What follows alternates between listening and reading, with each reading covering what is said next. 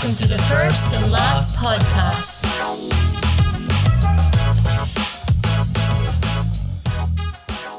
Okay, go. I thought you were introing. Oh wait, I'm introing. Hi guys, welcome to episode 2 of the first and last podcast. This one is called In the Beginning. Hey guys, welcome back to the first and last podcast. So this is just going to talk about more about our start, the story of how we started. What? You just cut me off. I'm sorry. I'm so sorry. Look, I think we listened to the last episode and we realized that I cut you off a lot. Yeah. I'm so That's sorry. That's alright. Story of my life. No, I'm joking. No. I think you're just excited and maybe I just talk very slowly. No, you do talk slowly, but I think that's part of the charm. Like the sultry, long, I don't know. waiting for the next word. But anyways, we're going to talk about ourselves. So you guys know about us a little bit more, who we are. Yeah, like who are you listening to? Like who are these kids? What are they even known about? Yeah, what are we going to talk about? So who are we? So we're married. We also met in high school from the same friend group. Same. I guess you kind of squished in. What do you mean squished in? I weaseled my way in your friends? Well, we had a friend group and you popped out of nowhere. So, well, for context, guys, we went to a senior high school. So it's a school where they only have senior high school. You're only year 11 and 12. So after year 10, everyone from, that school came from different schools. When they finish year 10, they go into senior high. So literally it was, a jumble of all different backgrounds, all different types of friend groups. Yeah. And so, you kind of just need to make friends. I guess that's the fun part of that senior high school. You kind of meet, because like the guys that I was with from my high school, there was only 4 of us. Oh. Like 4 guys and there was a couple of girls, but it's like 10 of us that came from one school, and then there's how many people in the school in the year, like 300 in our year or something like that. Yeah. So there's like tons of people from different schools, so you eventually have to make friends because you and your friends that came from the same school are in different classes. Exactly. And like lucky for you guys, you even stuck together. Like some of the people that came from my old school to St. Mary's, we didn't stick together. Like we weaseled our way into other friend groups and found other friends, and we didn't really, stick together as much as I thought we would have when we first started. But when you met me, what was your first impression?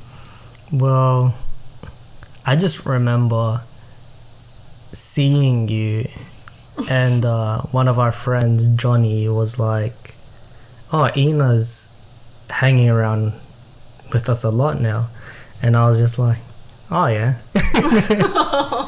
But I didn't think of it. What did you think of me? I didn't think of it much. Like, I just thought you were someone that liked our group and you enjoyed what we did. Like, we just played Pusoidos most. That was fun. Actually, you guys taught me how to play. Pusoidos is a very famous Filipino game with cards.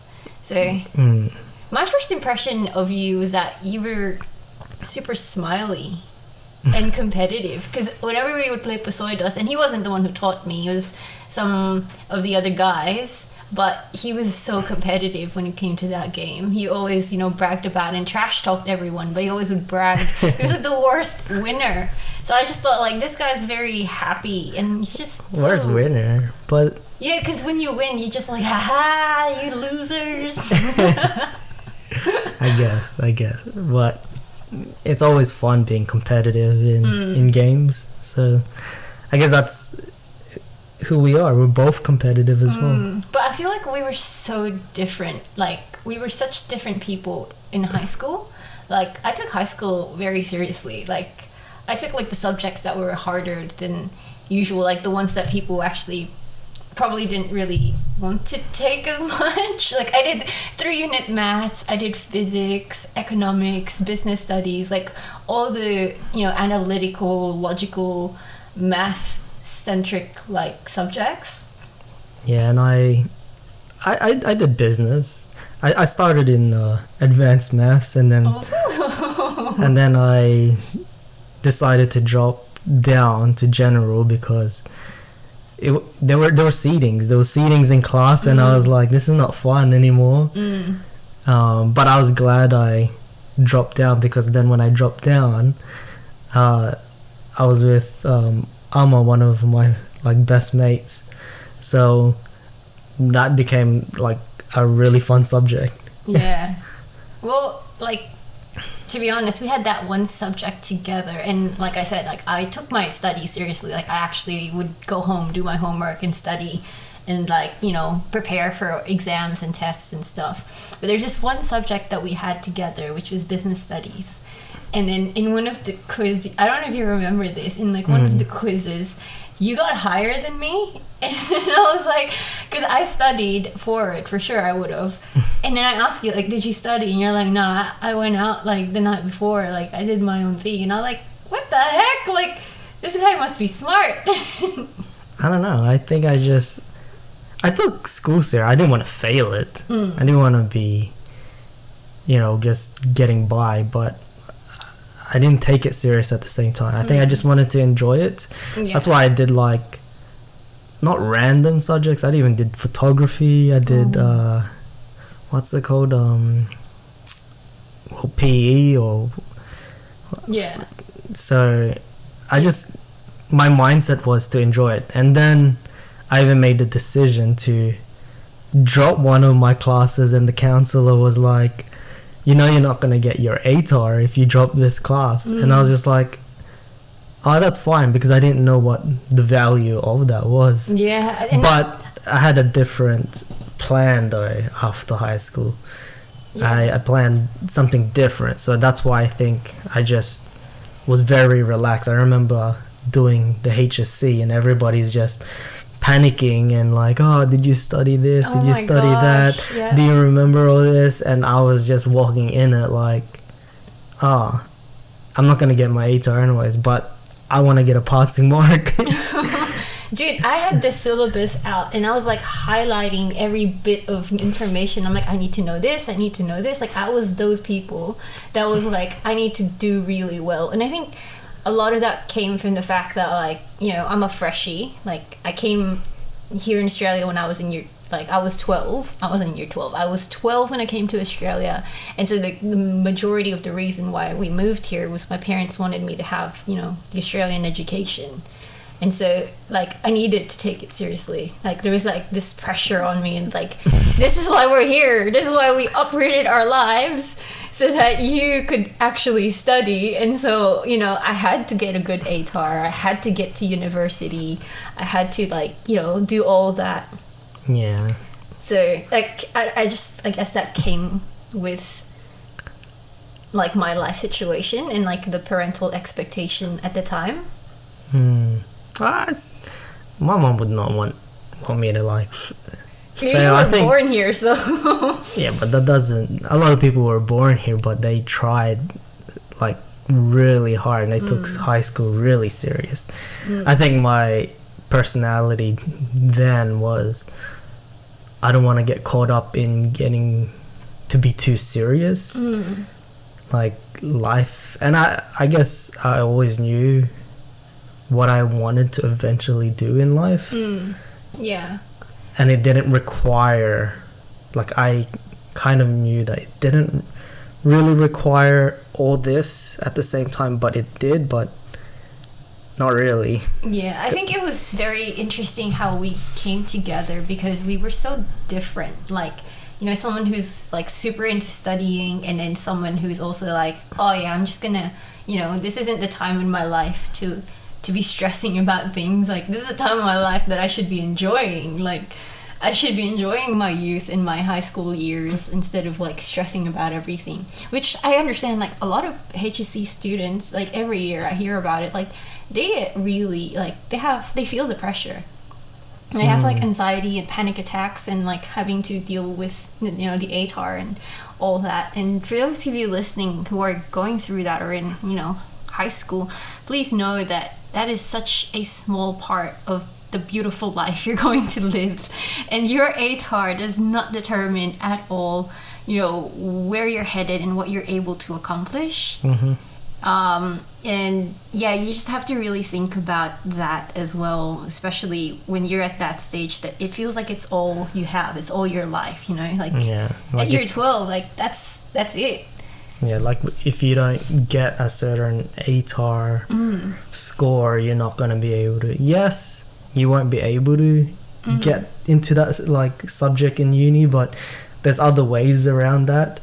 I guess the main point is if you fail and you don't get the score that you want, there's still ways. Like, yes, you'll be a little bit behind, but it's not the end of the world. Yeah, and there's a lot of other ways to be getting into, you know, a career that you want and to understand what you really want to do with your life and enjoy. Like, there's many apprenticeships and sponsorships, and a lot of kids, I feel like the Gen Zs these days, a lot of them want to be, you know, on YouTube and stuff and be like, what do you call them? Influencers.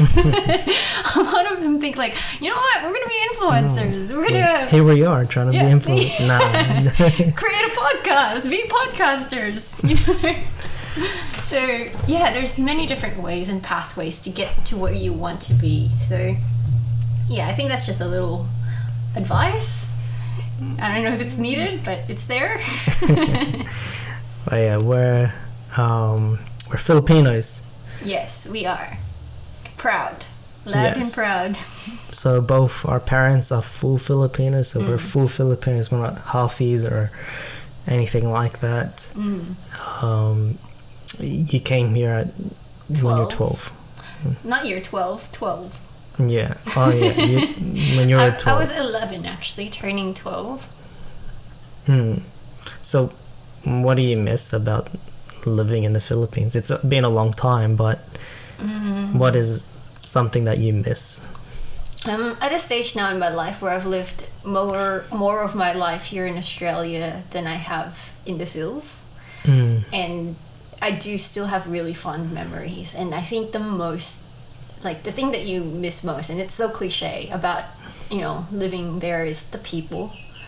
I feel like it really is like the culture and the people. Like the people bring the culture with them, right? The culture is culture, but it's the people that live it out.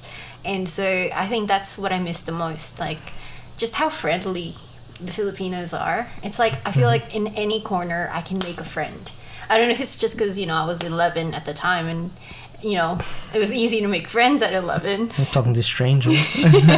Talking to strangers. No, but like I would meet a kid and I'd be like, hi, like, ako si Ina, ano pangalan mo? And then we'll just have a conversation and we'll just, you know, it's like 5 minutes later we're best friends. And then their parents, and this is how I know it's easy, because their parents would be friends with my parents. And then it just felt like a lot of people are so friendly and so easygoing and so open to, you know, having a good time. I think they're just people who really want to have a good time. And so, you know, they're just so fun-loving, and they're, yeah, like food, like the culture around food. It's always like you can just not have enough. Like if you eat here, you also have to bound some food home. And I don't know, like I think part of that is like you see it here in Australia because we do have a good, strong Filo community here. But it's just different when it's there and where they can really be themselves. Different cultures, that's why. Yeah, still a different culture, still a little bit different. But you went to the Philippines for the first time. Yes. For the first time. So you want to tell everyone how your first time going to the Philippines was and when it was? So I went to the Philippines to get married. with you for the first time. So the first time I had ever left Australia was the very first time I went to the Philippines to actually get married. First time on a plane. First time on a plane. Everything was exciting. I didn't have any expectation. I didn't... For our wedding? Obviously, there's expectations for the wedding. But I'm saying, I think from memory, you were like, you're going to get so culture shocked. Like, the weather, the people, the traffic is going to get you. Yeah. And then we got there, and it was like, there was even floods, the heat, and everything like that. But I was just chill. And I think you kept looking at me, and you were like, "When's this guy gonna get culture shocked?" And I was just enjoying it. It felt like I had missed that part of me all my life. Like I was home, and it felt like, oh, this is where my ancestors have come from, and ancestors, wow, like the generations before me, this is where they were, and I'm back in the homeland, and it felt like I had missed that. That's why I wasn't culture shocked, and I had watched like all like the Filipino shows, so there was like a kind of like an image that what I would see, and the expectation. I think when you thought I was gonna get culture shocked, I was like, what am I gonna get culture shocked about?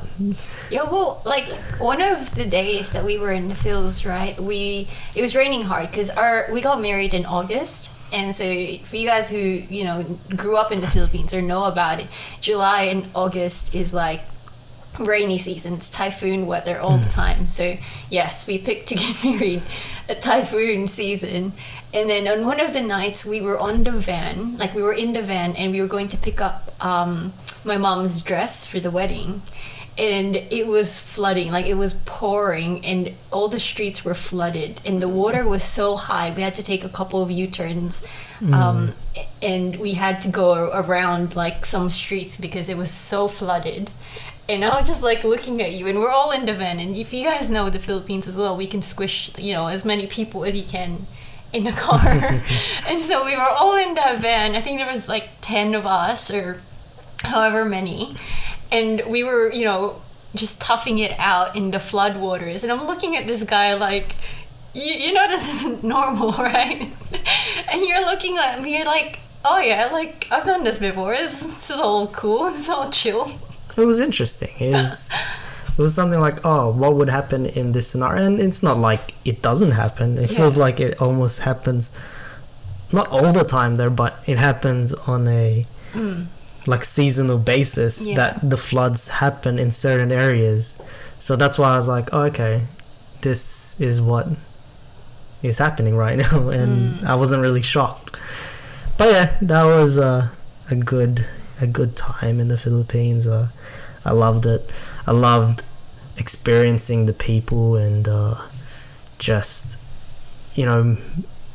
being able to eat like the food that everybody is like talking about, like going to Jollibee. Jollibee. So finally getting to eat that, having the halo halo at Chao King. So it was an amazing time. Like I fully enjoyed my time there. Like even when we were stuck in traffic, I just sat back and just looked and was like, I love the traffic. I'm on holiday mode, and that's where I am at the moment. I'm not working, and this is a great. Did it put you in the mood to get married? Oh, I always wanted to get married. I always wanted to marry you. It's like, oh yeah, this is making me want to get married. Oh yeah. Well, for all those who want to see how our wedding actually went, you can check out the video or the 5 to 6 minute quick highlight video on our YouTube account. So it's Justoni and Ina wedding video. You'll be able to see that there. Alright, so what do we do for work? What do we do? So I am a business process analyst. Guys, I did okay with my ATAR. I eventually got into a course, a double degree course at UTS. I'm studying business and IT. So I have a Bachelor of Business, Bachelor of Science in IT. I studied for 4 years. So that double degree took me 4 years to complete. It is a 4-year course. And then from there, I was working in retail for a bit while I was studying as well. So I was part-time working and full-time studying. Wow. Did you always want to be a business analyst? Is that what you dreamed of as a little girl? As a little girl instead of being a princess? Oh, what are you going to be when you grow up? A business analyst. No, actually, as a kid, I wanted to be a teacher. I would remember I would sit my sister down. We had a whiteboard like hung on the wall, and then I'd sit her and some stuffed toys next to her. Strict teacher, right? I was so strict. And I would like antagonize my sister as well. I'd be like, "Oh, what's that, Mr. Teddy? You have the correct answer?" And my sister's like pouting in the corner, like, "I'm trying to get my hand up." But yeah, anyways, I would try to teach my sister, and I would pretend that I'm a teacher, and I would do that. So why didn't you become a teacher? It's so bad, but honestly, I think it was the money. Like, I just kept hearing at year 12, like, "Oh, teachers don't get paid enough. Oh, teachers should have strikes because you know it's just a career that doesn't pay enough. It's it's not as rewarding financially than it is. Obviously, teachers are." Like, it's very rewarding for them to be doing it for the children, to be doing it for the kids, and knowing, like, that you're making a change and you're making an impact. Very unfortunate. Yeah, and I really feel for them. Honestly, they should be getting paid a lot more. But at the time, I was thinking, my parents came here to give me all the opportunities in the world. And so when I was trying to pick the course that I wanted to do, it came from, a business and IT double degree versus teaching. And part of me wanted to do the teaching, but then I sort of had to think, long term, I can always pick up teaching later on, should I still feel that this is my passion. But I want to do something that I know I'm also good at. And I know that I'm sort of good at understanding, business principles as well as, logically thinking. And so I think it was quite... like, knowing that I wanted to be a business analyst came to me when I was in uni. Right. So I just did business and IT as a course because I was like, oh, it's what I'm good at. It's what I understand. It's what I can grow in. I didn't know what I wanted to be until, like, I took the course and then I realized, okay, these are what I can do with that. Because I did, like, you have to do all the basic IT subjects. So you had to do, like, the programming. You had to do, like... all those really technical stuff, and I hated it. So I was like, I want to do something that's kind of touching base with all the technical lingo, but not so much that I'm still, and so I feel business analyst would be. In other words, you didn't want to get paid less. So you wanted to get paid more, so you tried something that would pay you more. Yeah, I saw that, guys. I'm sorry. Soda, salad. No, but like here, doing the job that I'm doing now, I actually really love it. Yeah. I actually really enjoy it. I enjoy logical thinking, problem solving, even implementing systems, and working with different stakeholders, both internal and external to the business. I think, just knowing that I'm making some changes and seeing the change actually help, people's jobs to make it easier for them. The process is a lot easier and a lot easier to follow, and they've got proper documentation of what they're supposed to do. I think, it's just nice to know you're contributing. But you, mister, you are a business owner. I wasn't always a business owner. No, you weren't. Tell me more. So after year 12, I went straight into working. I was a bar attendant and a pokies attendant. So I did that for a bit, and then I landed a a call center job, and then another call center job. So I guess I've always just been in like customer service in some form. And I guess the opportunity came to start my own business. But before all this, I guess I've always known I was always going to become a business owner. Yeah. I think it was always built in me. I think I had always known as a kid, even in high school, that I had always wanted to start my own business. So that's why I think why I didn't take high school so serious, because I always knew I was going to start my own business one day. But yeah, I started my own business last year as full-time. Left the 9-to-5 job, and I've been loving it ever since. Yeah. So I'm selling clothing, and in other words, it's like reselling. I'm a reseller. I sell on eBay, but it's so much more rewarding. Such more rewarding. I get to do what I want when I want, set up my own processes, work as hard as I want, and earn the money that I want to make. So if I put the input, it's going to pay off. Like when you work for someone, you can work so hard, but your pay is never going to rise. You're just working for that person. You can work twice as fast and you're still going to get paid the same. And that's what it always felt like. But I'd finally found something to start the business. There's going to be many more businesses after this, I know for a fact, and this is just a small stepping stone, and that's the journey. You got to start with one, right? Of course. But yeah, we're doing good. We're doing well. It's coming close to a year of full time this year in probably June, July, when I fully took it on full time. But yeah, the business has grown. I think we'll talk a lot more about business on like another episode, because I think that's one of those that needs its own episode. So long journey to get there, 9 to 5, and I work 9 to 5 versus starting your own business and making it out on your own, and it's not for everyone. Everybody's different. And earning like money from your own creation, like something out of nothing, because getting a job and getting paid 9 to 5 as well, like getting paid for working a 9 to 5 or a job, that there's that sort of security once you've secured that job. With a business, it's kind of like this business can disappear tomorrow.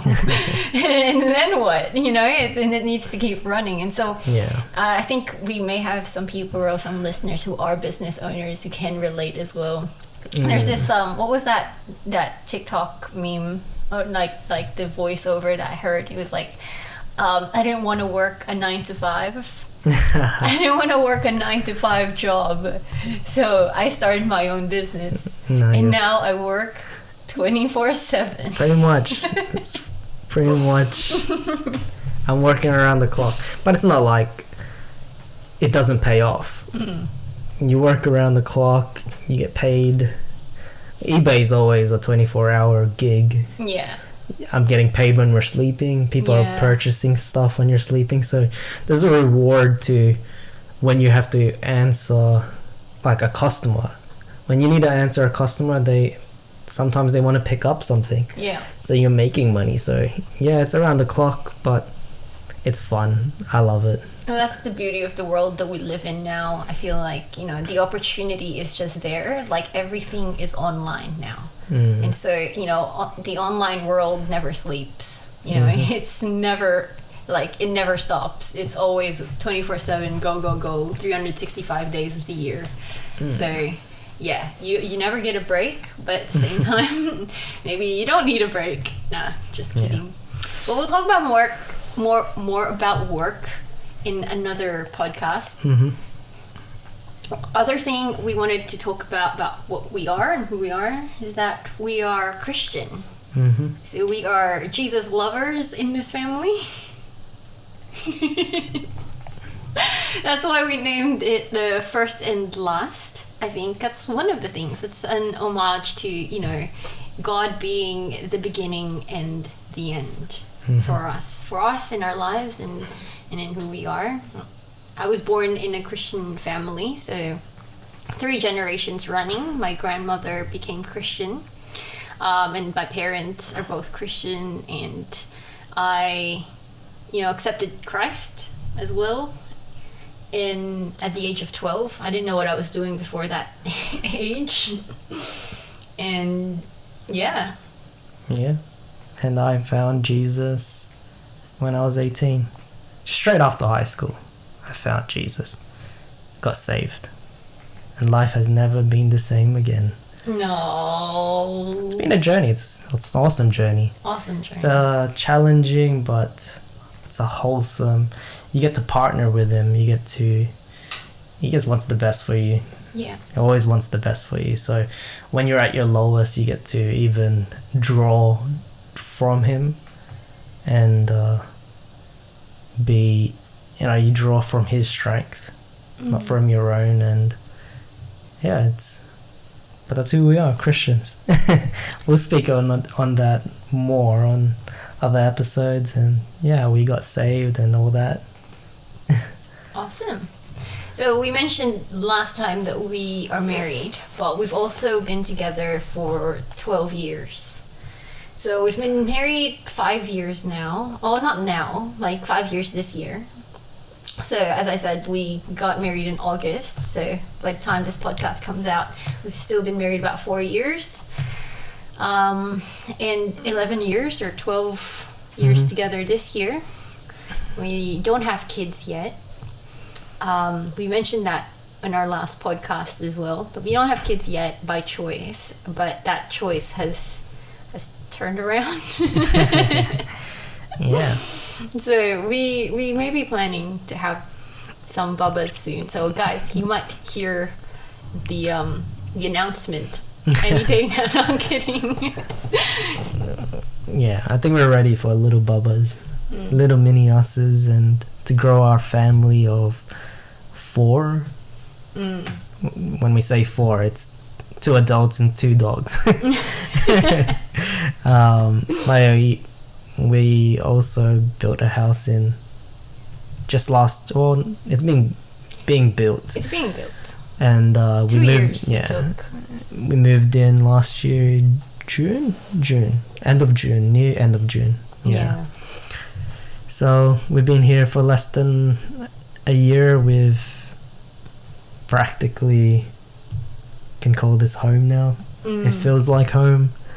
Yeah, when I think about when we're driving home, I think it was the second week or something that you were driving somewhere, and then you drove back to home to our rental, and you're like, what am I doing here?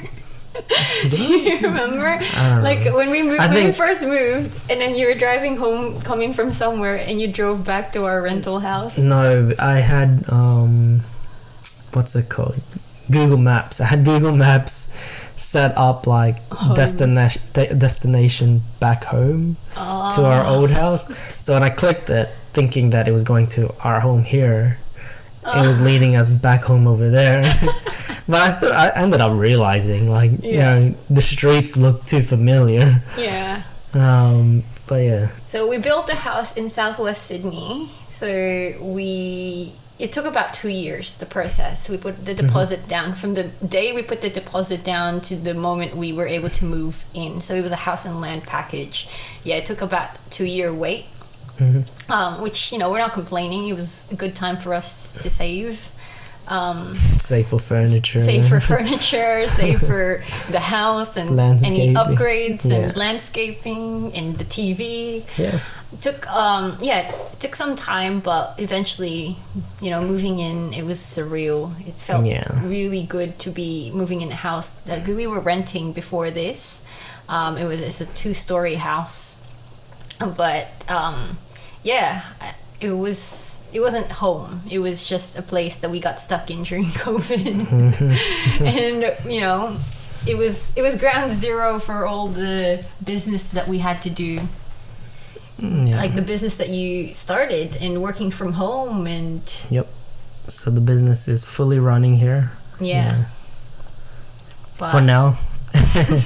Until I need a bigger space, I guess, as it keeps growing. But yeah, that's us. And so what's the best thing about being married? 5 years now? Is there something... best thing being married? You get to live with your best friend. Oh. You get to live with your best friend. You get to walk around naked. Wow. No. With the pandemic and everything, and we were literally stuck at home for almost 2 years of just us two. Yeah. Was it like, and like that happened literally after, like maybe a year or two after we just got married. So we were like fresh. We were, you know, only 4 years together as a married couple, and 2 years of it we were stuck. You know, I guess like for COVID, it like a lot of people, it was different for everyone's experience. But for our experience, because we were a new married couple, it was good for us as well, because we got to work at home, be home together, you know, during our breaks. Yeah. You know, waking up, you can wake up a little later. You don't need to get ready or anything. So you just hop on straight onto the computer. And I think it's because you're paying for rent and you don't even get to enjoy this house you're living. 8 hours of the day you're out. So now you're fully inside this rental home, enjoying it as well. Yeah, like it was our, like, you know, first time living together. We didn't live together before marriage. So then when we got together, it was like we could extend the little cocoon that we had as, like, you know, a honeymoon comb kind of thing. Like extending that honeymoon feeling for 2 years of just living in that little, you know, space, just the two of us, and enjoying, you know, it felt like playing house a little bit for me, because it's like, oh yeah, this is my lounge now, and you know, I haven't had that much space to play with and decorate. But I think it was such a good thing that we got to do that, because then I knew it was like a practice run. Like, oh yeah, I'll try this furniture. Oh, I didn't like that. Oh, let's sell that on Facebook Market.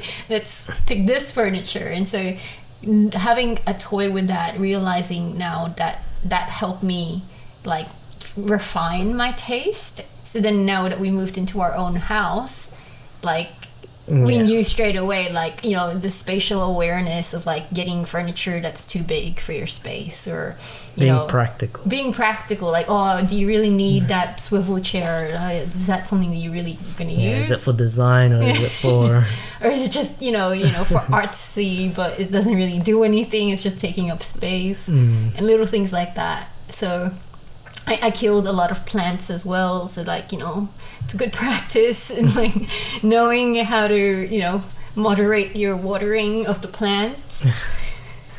But yeah, I mean, I think I really enjoyed living with you and playing house for a bit until we moved into our actual house and doing stuff around the house. Yep. So, how about family? Family, I'm the eldest daughter. I have a sister, a younger sister. It's just the two of us. And you have siblings too? I have an older brother and I asked that like I don't know. older brother and a younger sister, so I'm the middle child. The best position to be in. How is that the best? Because you don't have the attention of the firstborn, being the firstborn, or the what's that called, the pressure to lead the other siblings. So being the middle child is like you can go under the radar. Oh man, what I would do to get under the radar. And then when you have a younger sibling, Mm-hmm. all the attention is on them too. Yeah. So it's like you can fly. Like, I guess it's different for everyone. My personality is I don't want all the attention. It's great that the attention is divided between the eldest and the youngest, and then you get your share, like, because there's still an expectation for the middle child. But I think it's less expectation. Yeah. There's You kind of overlooked at some point. but my personality is relaxed though, so I don't think I gave too much of a problem. I was just kind of cruising along. Yeah. Nah, being the eldest, you're right. Like, you got a lot, because I was the first. I was the first child in, like, you know, I was the first child from my parents' side. I was also the first grandchild from my mom's side. So, and my mom's family is very, you know, they're very family oriented. And so me being the only grandchild at the time and the first child, it was like all eyes on me. And so, for those of you guys listening, a little bit of background, just only when he, you know, and I started dating, and that was, you know, at the end of high school. So I was, you know, just graduating high school, you know, first grandchild, first daughter, and then you're dating. It was like, it was really difficult. So, you know, my parents were very strict about us going out. You have to finish your studies first. And I said, yeah, I did. I finished year 12. Like, I finished high school altogether. And it's like, no, finish uni. Get a job. Get a job, and then you can date. And it was very, you know, setting that standard, having looked at. And my mom only had 2 daughters. So it was like what you're saying, you look at the eldest and you look at the youngest. So I think we had, you know, a lot of attention. But a lot of attention was on me as well, being that first, being the one to set that standard, being the one to lead. So I think with that comes the difference in the personality as well. And, you know, a lot of the things that we have is based on how we grew up, kind of thing as well, and the environment that we grew up in. But what do we do for fun? Well, what are our personality types that, like, do for fun? We're down to do anything. I think we're the type of, if I had to describe us, we're down to do anything. We're, you know, we're competitive when we play games. Oh yeah. I think, like, one of our kind of like mottos is like, you don't play to lose, you play to win. I think that's one of the things I found most attractive about you. Like, the fact that you were competitive. Like, when we played a game, you weren't just like, oh yeah, I'll just play the game, oh yeah, all fun. Like, you were like, I'm playing the game to win. Yeah, because you want other people to be competitive too, so it's fun. So it's like, the game isn't boring in some way.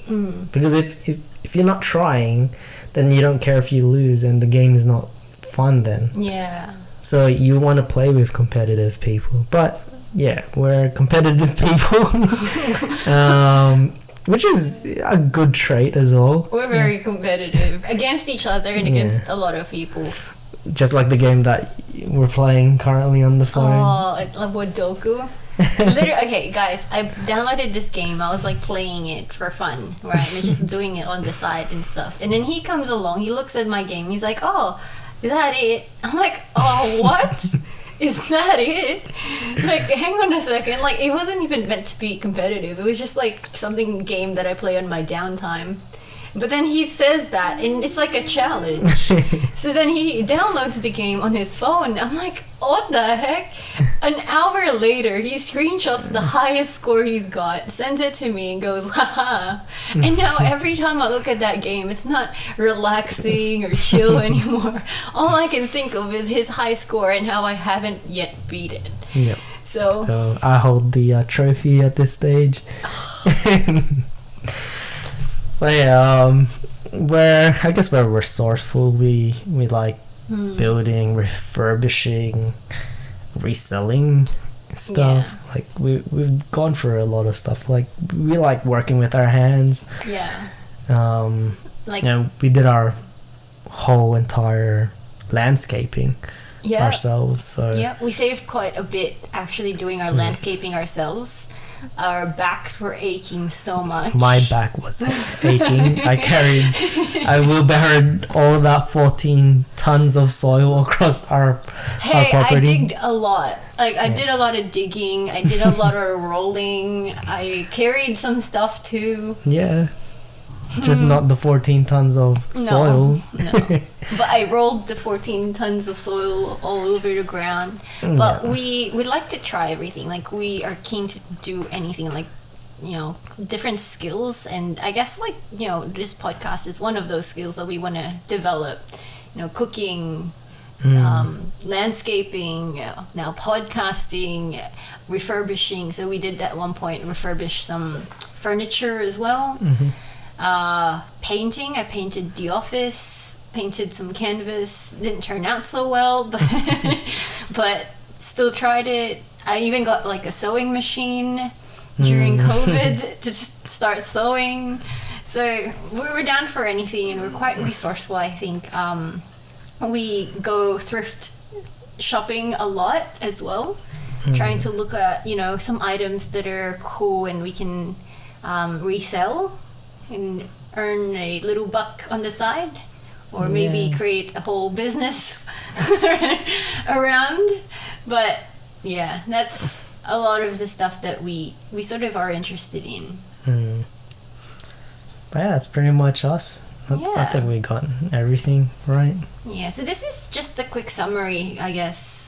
A 47-minute summary. Hey, you can't summarize a person's life in an hour, but this is quick enough if you ask me. But next time, guys, we promise we'll have some topics to actually talk about. And if you want to talk about a certain topic or want to ask us a question, please email us on thefirstandlastpodcast@gmail.com. Yeah, so I think the next episodes is just going to be anything and whatever we're going to talk about. We're going to pick up topics. It could be topics for the week, like when something's happened, or